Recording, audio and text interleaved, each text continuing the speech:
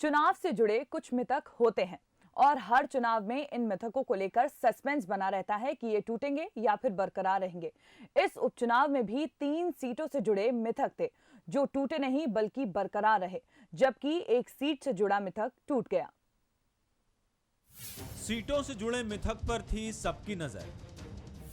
3 मिथक रहे बरकरार, एक मिथक टूटा और ये मिथक जुड़े थे नेपानगर, करेरा, अंबा और भांडेर सीट से।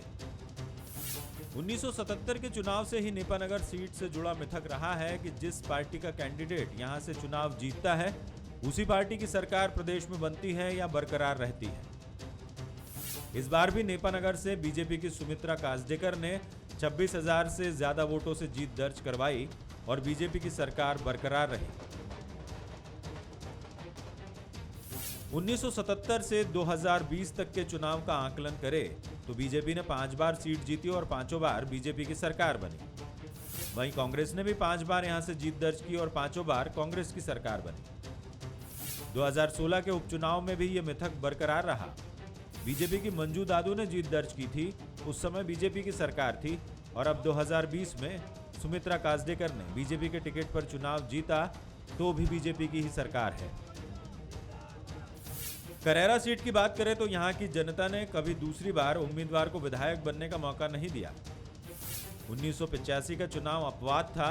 1980 में सीट से विधायक बने हनुमंत सिंह दाऊ ने 1985 का विधानसभा चुनाव भी जीता था, लेकिन इसके बाद से करेरा की जनता ने पार्टी को तो दोबारा मौका दिया मगर चेहरे को नहीं। 2018 में कांग्रेस के टिकट पर करेरा से चुनाव जीते जसवंत जाटव 2020 के उपचुनाव में बीजेपी से उम्मीदवार थे और वो हार गए और बीएसपी से कांग्रेस में आए प्रागीलाल जाटव को जीत की माला पहनाए।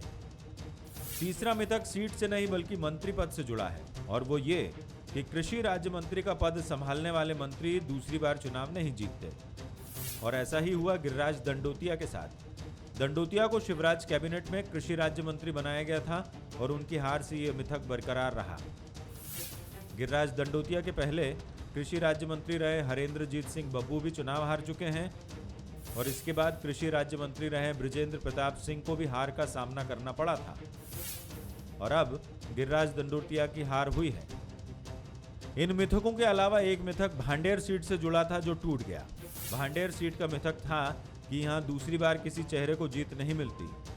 भांडेर में इस बार बीजेपी और कांग्रेस दोनों ने ही पूर्व विधायकों को मैदान में उतारा था, लिहाजा उनके सामने इस मिथक को लेकर चिंता और चुनौती दोनों थे।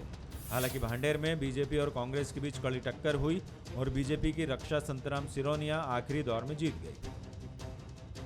Bureau report, Bansal news.